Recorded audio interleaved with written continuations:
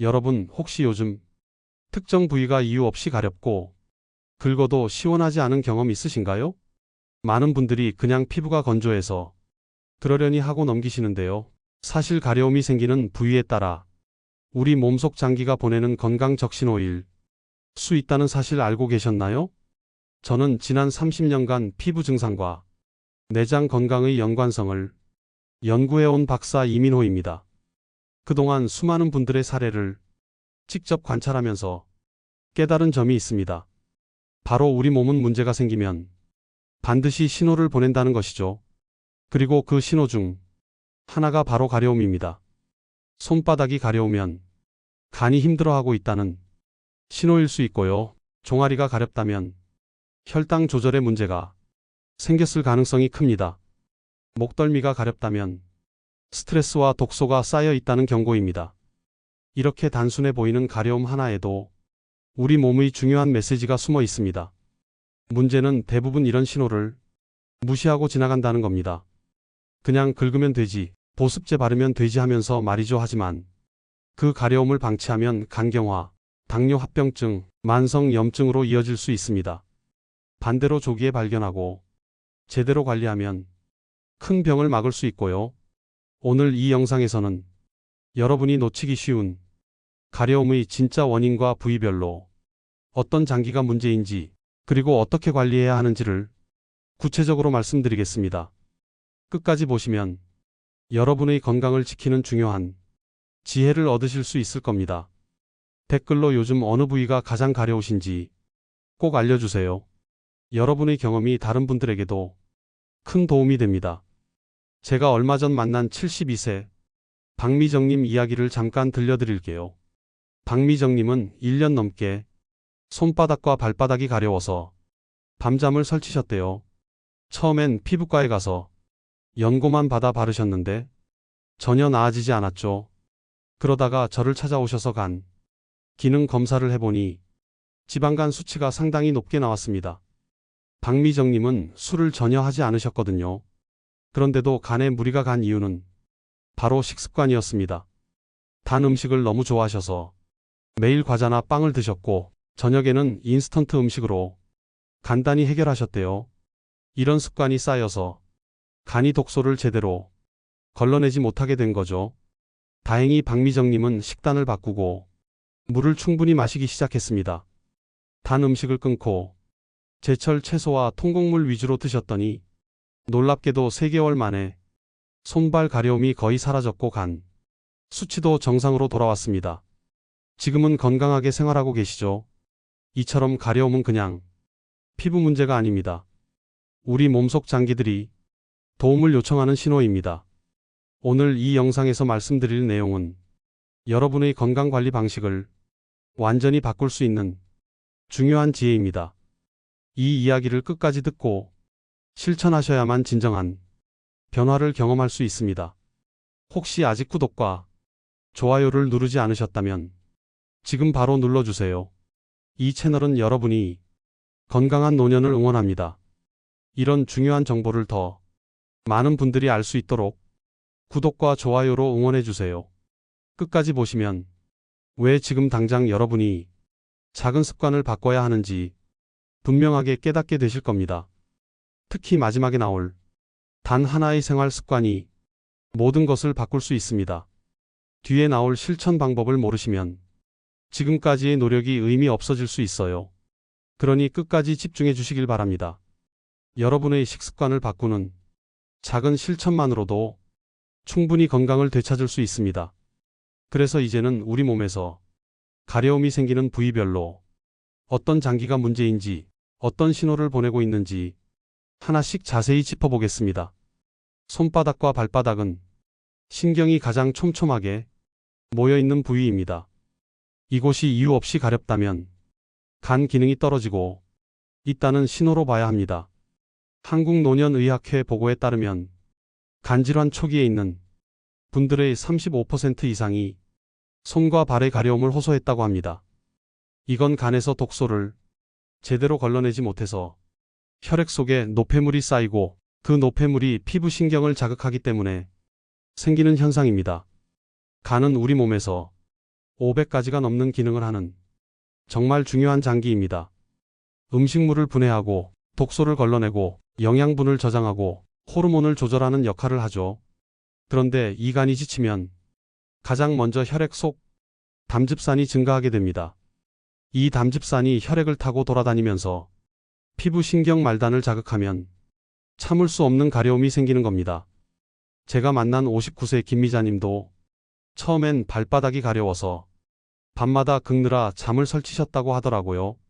피부과 연고를 발라도 소용이 없어서 더 자세히 검사해보니 지방간이 발견됐습니다.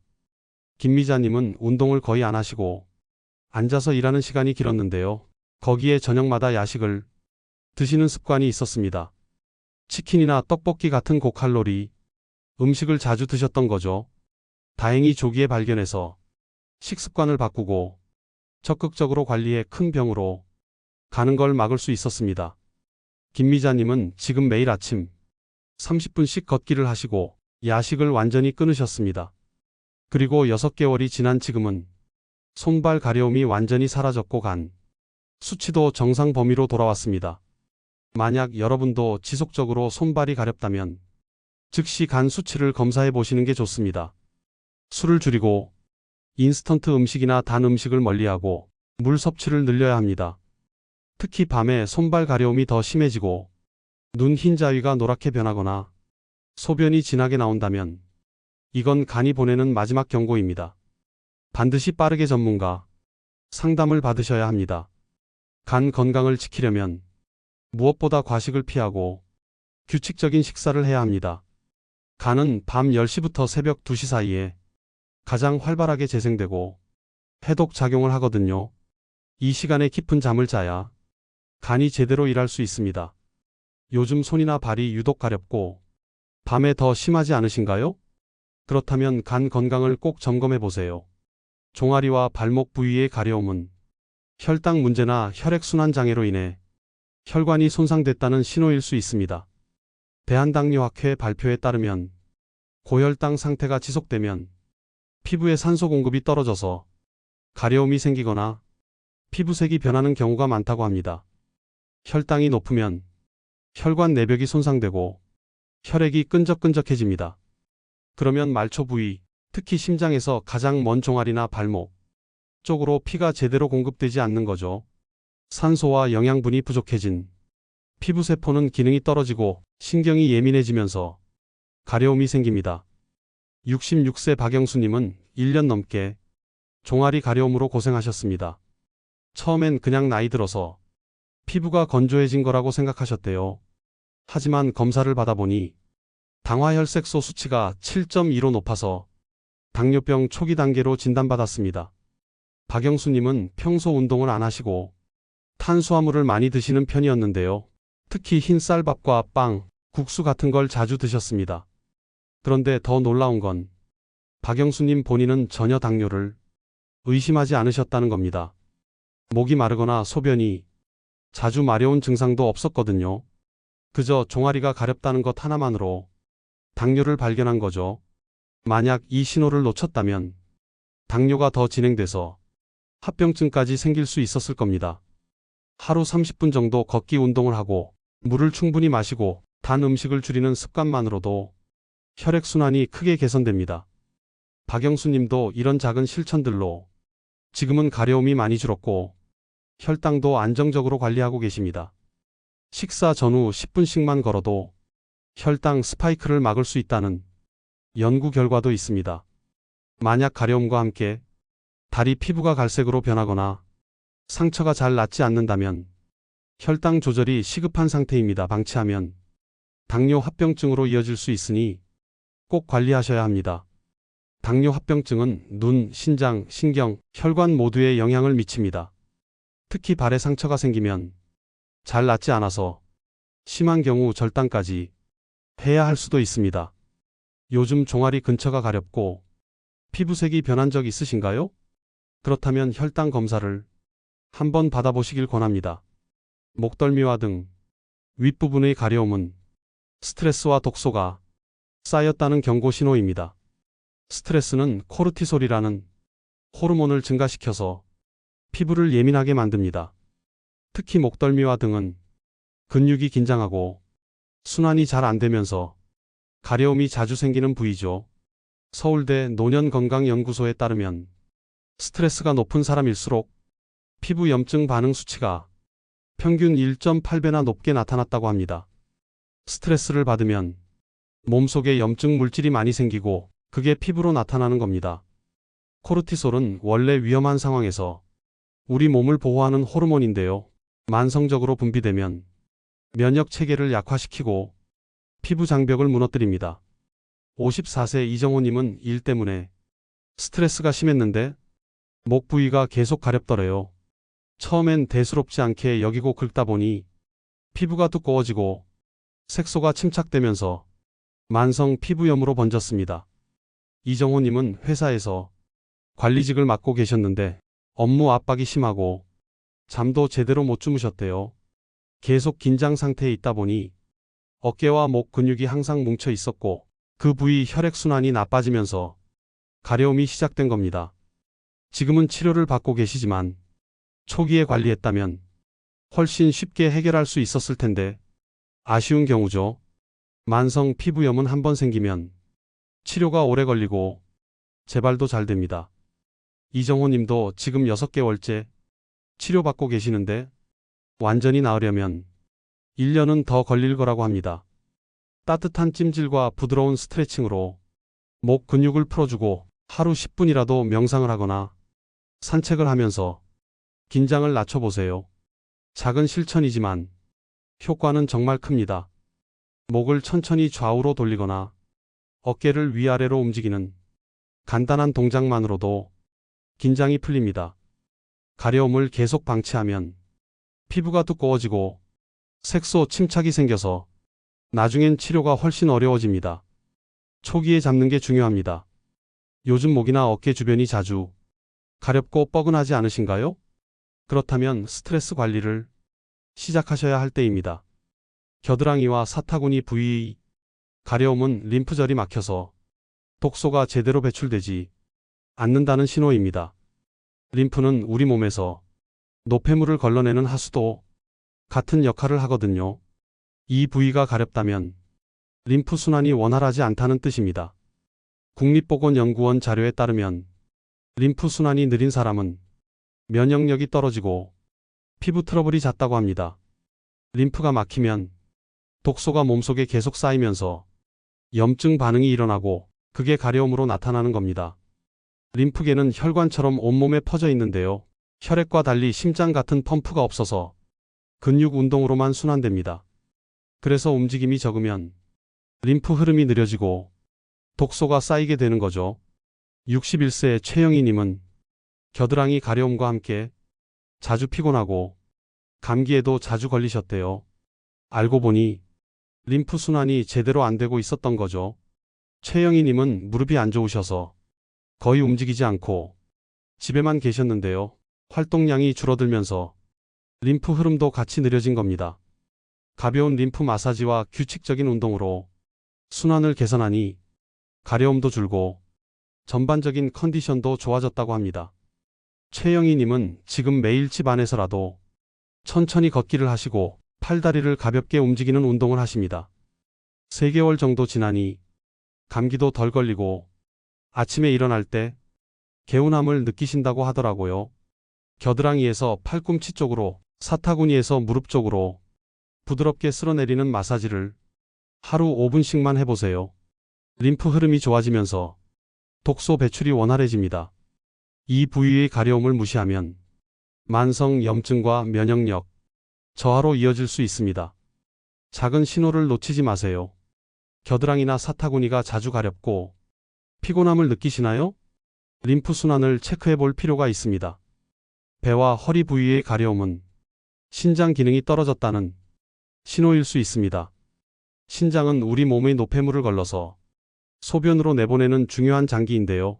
이 기능이 약해지면 노폐물이 혈액에 쌓이면서 피부 신경을 자극해 가려움이 생깁니다. 대한신장학회 연구에 따르면 신장 기능이 저하된 환자의 40% 이상이 배나 허리 부위의 가려움을 호소했다고 합니다. 특히 만성신장 질환 초기에는 뚜렷한 증상이 없어서 가려움으로 처음 발견되는 경우가 많습니다.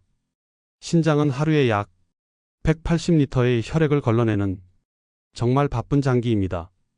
이 과정에서 독소와 노폐물을 제거하고 필요한 영양분은 다시 흡수하죠.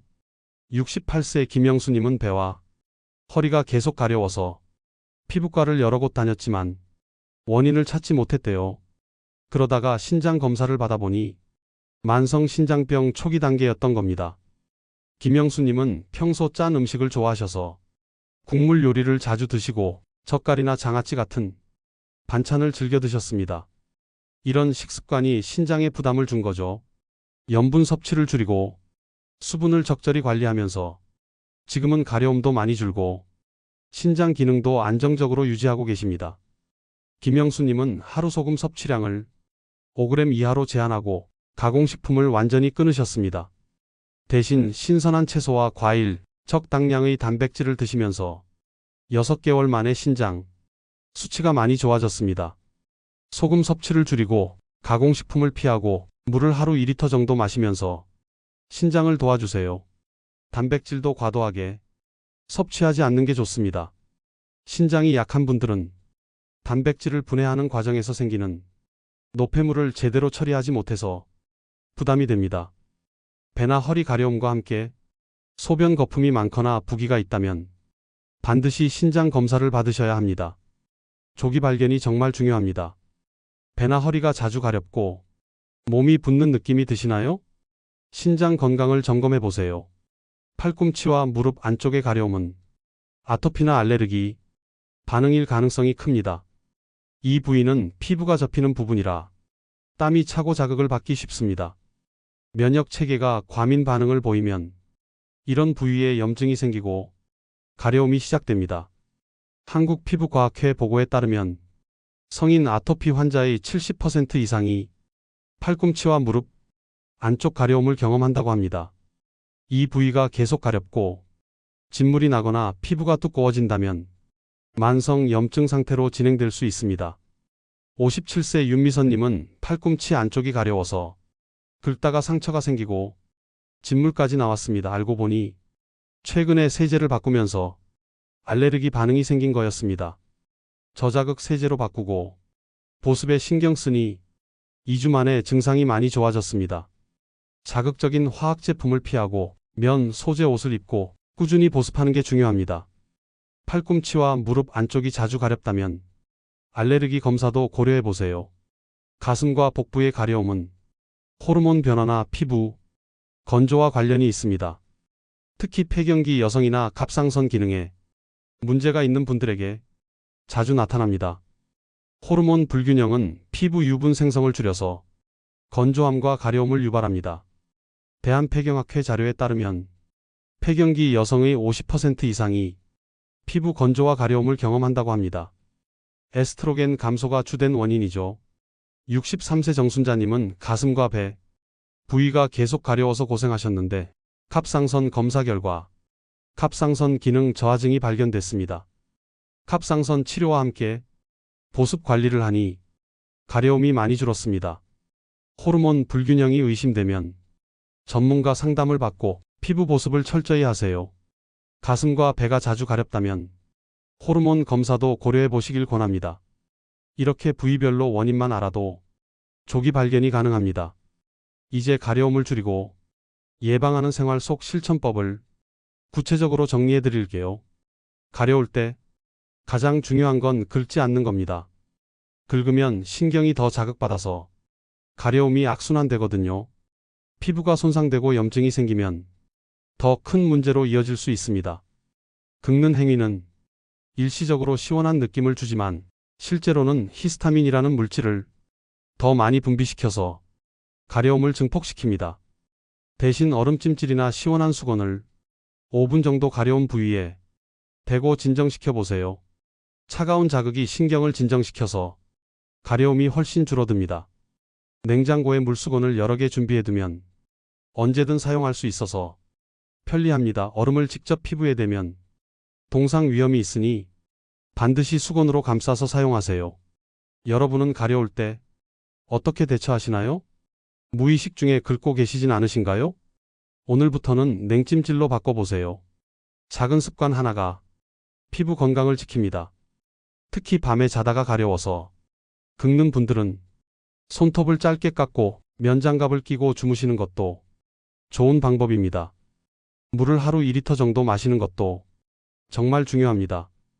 물은 혈액의 점도를 낮춰서 노폐물 배출을 도와줍니다.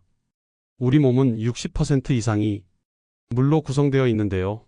수분이 부족하면 혈액이 끈적해지고 독소가 쌓이기 쉽습니다. 커피나 탄산음료는 오히려 몸속 수분을 빼앗아가서 탈수를 유발할 수 있으니 주의하세요.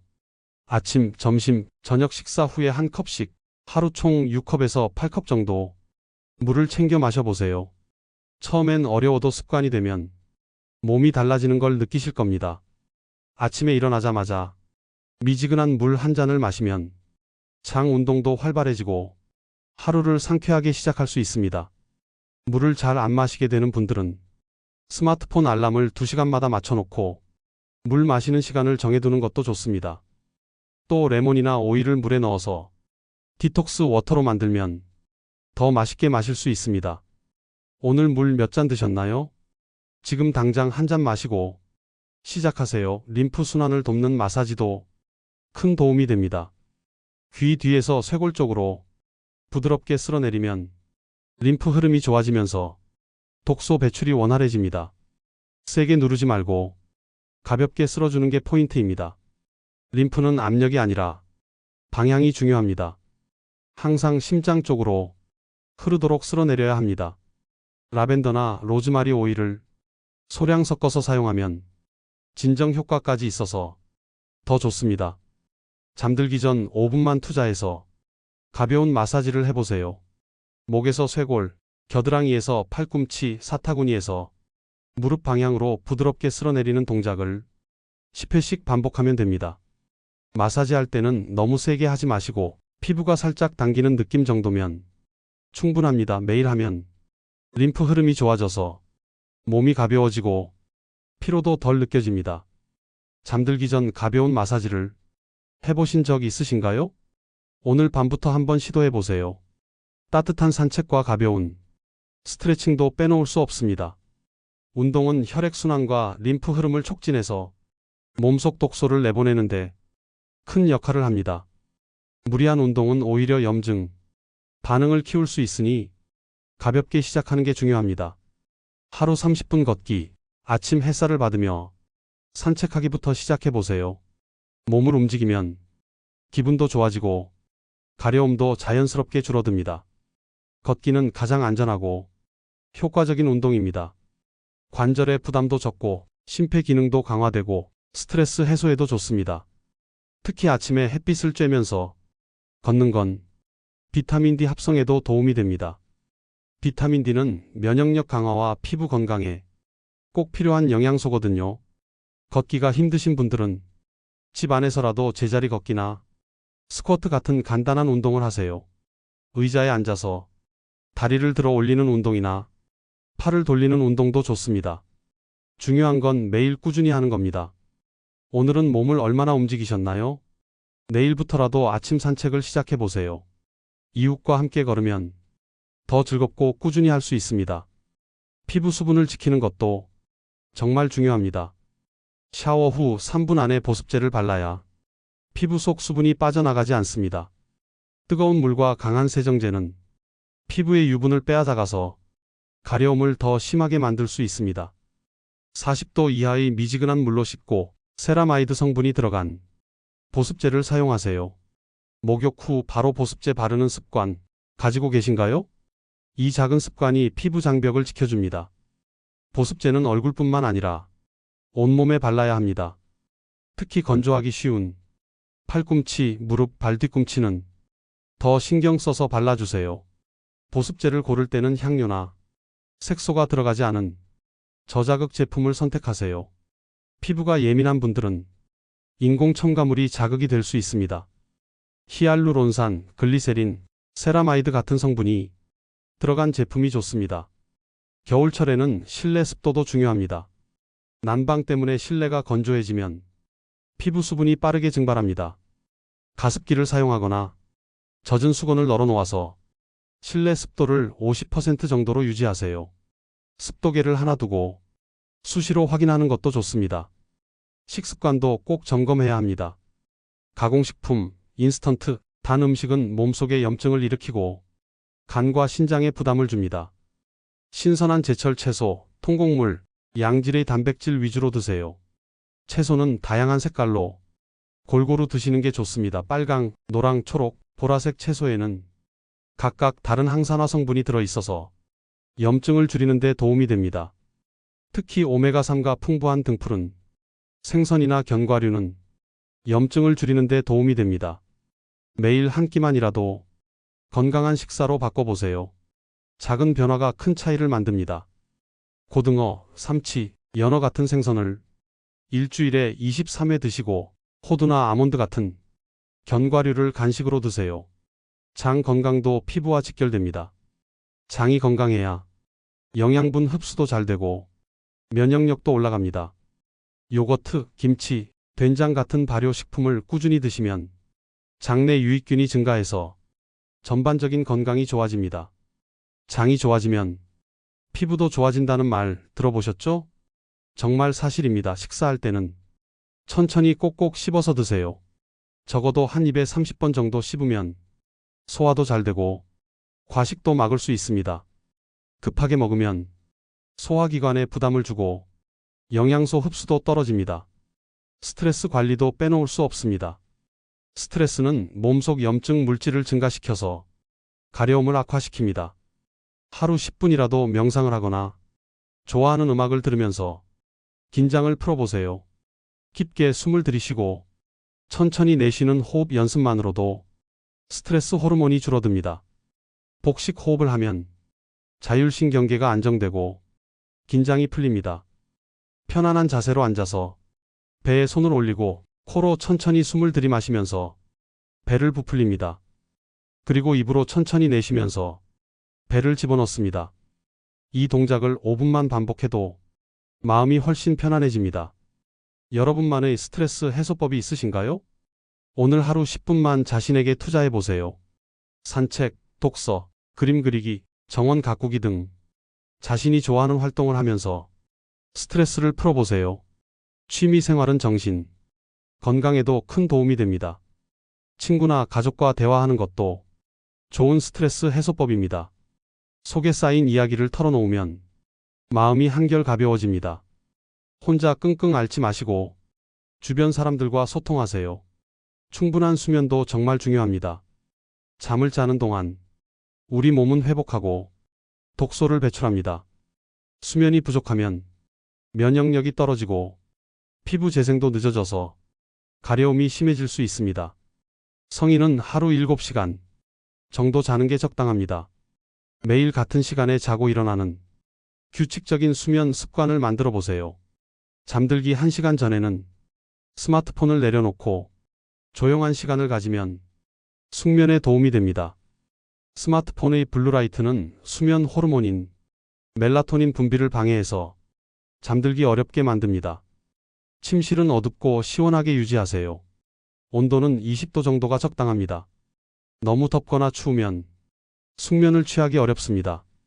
침대는 오직 잠자는 용도로만 사용하고 TV 시청이나 스마트폰 사용은 침대 밖에서 하세요.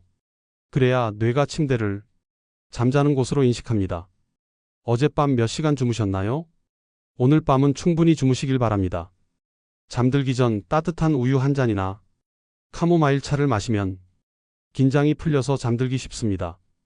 단, 커피나 녹차처럼 카페인이 든 음료는 오후 3시 이후에는 피하세요. 금연과 절주도 중요합니다. 담배는 혈관을 수축시켜서 피부로 가는 혈액 공급을 방해합니다. 그러면 피부 세포가 산소와 영양분을 제대로 받지 못해서 가려움이 심해질 수 있습니다. 술도 마찬가지로 피부를 건조하게 만들고 염증을 악화시킵니다. 담배를 끊으면 2주 만에 혈액순환이 개선되고 3개월이면 피부 상태가 눈에 띄게 좋아집니다. 술은 하루 한두 잔 이하로 줄이거나 아예 끊는 게 좋습니다. 금연과 절주는 쉽지 않지만 건강을 위해 꼭 필요한 선택입니다. 햇빛 노출도 적절히 조절해야 합니다. 비타민 D 합성을 위해 하루 10분, 15분 정도 햇빛을 쬐는 건 좋지만 과도한 자외선 노출은 피부를 손상시키고 노화를 촉진합니다. 외출할 때는 자외선 차단제를 꼭 바르고 모자나 긴팔 옷으로 피부를 보호하세요. 특히 오전 10시부터 오후 2시 사이는 자외선이 가장 강한 시간대이니 이 시간대는 가급적 실내에 계시거나 그늘에 머무르세요. 자외선은 피부 장벽을 손상시켜서 가려움을 악화시킬 수 있습니다. 옷도 피부 건강에 영향을 줍니다. 합성 섬유보다는 면이나 실크 같은 천연 소재 옷을 입으세요. 합성 섬유는 땀을 잘 흡수하지 못해서 피부를 자극할 수 있습니다. 특히 가려운 부위에 닿는 속옷이나 네이는 꼭 면 소재로 선택하세요. 옷은 너무 꽉 끼지 않게 여유 있는 걸 입고 세탁할 때는 저자극 세제를 사용하세요. 섬유유연제는 향료와 화학 성분이 많아서 피부에 자극이 될 수 있으니 가급적 사용하지 않는 게 좋습니다. 빨래를 헹굴 때는 한두 번 더 헹궈서 세제 잔여물을 완전히 제거하세요. 이렇게 작은 습관들을 하나씩 실천하면 가려움은 자연스럽게 줄어듭니다. 한꺼번에 다 하려고 하지 말고 하나씩 천천히 바꿔가세요. 오늘 하나, 내일 하나씩 추가하다 보면 어느새 건강한 생활, 습관이 자리 잡게 됩니다. 이제 마지막으로 오늘 내용을 정리해 드릴게요. 오늘 이야기 기억나시죠? 손바닥과 발바닥의 가려움은 간이 보내는 신호였고 종아리의 가려움은 혈당과 순환 문제였습니다. 목덜미 가려움은 스트레스와 독소의 경고였고 겨드랑이와 사타구니는 림프 순환 문제, 배와 허리는 신장 기능 저하의 신호였습니다. 팔꿈치와 무릎 안쪽은 알레르기나 아토피, 가슴과 배는 호르몬 불균형의 신호였습니다. 우리 몸은 정말 똑똑합니다. 문제가 생기면 반드시 신호를 보냅니다.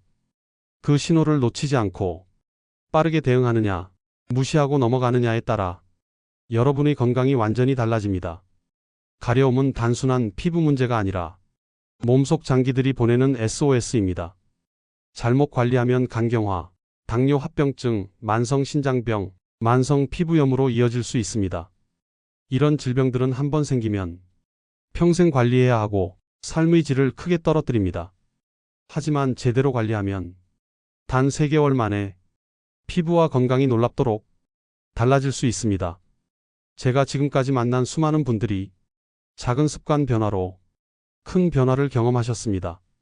오늘 당장 실천할 수 있는 한 가지, 바로 물을 하루 2리터 마시고 가려운 부위는 긁지 말고 냉찜질로 진정시키는 겁니다. 정말 단순해 보이지만 이 작은 습관이 여러분의 간과 신장, 그리고 피부를 지켜줄 수 있습니다. 물 마시기와 냉찜질, 이 2가지만 제대로 실천해도 2주 안에 변화를 느끼실 겁니다.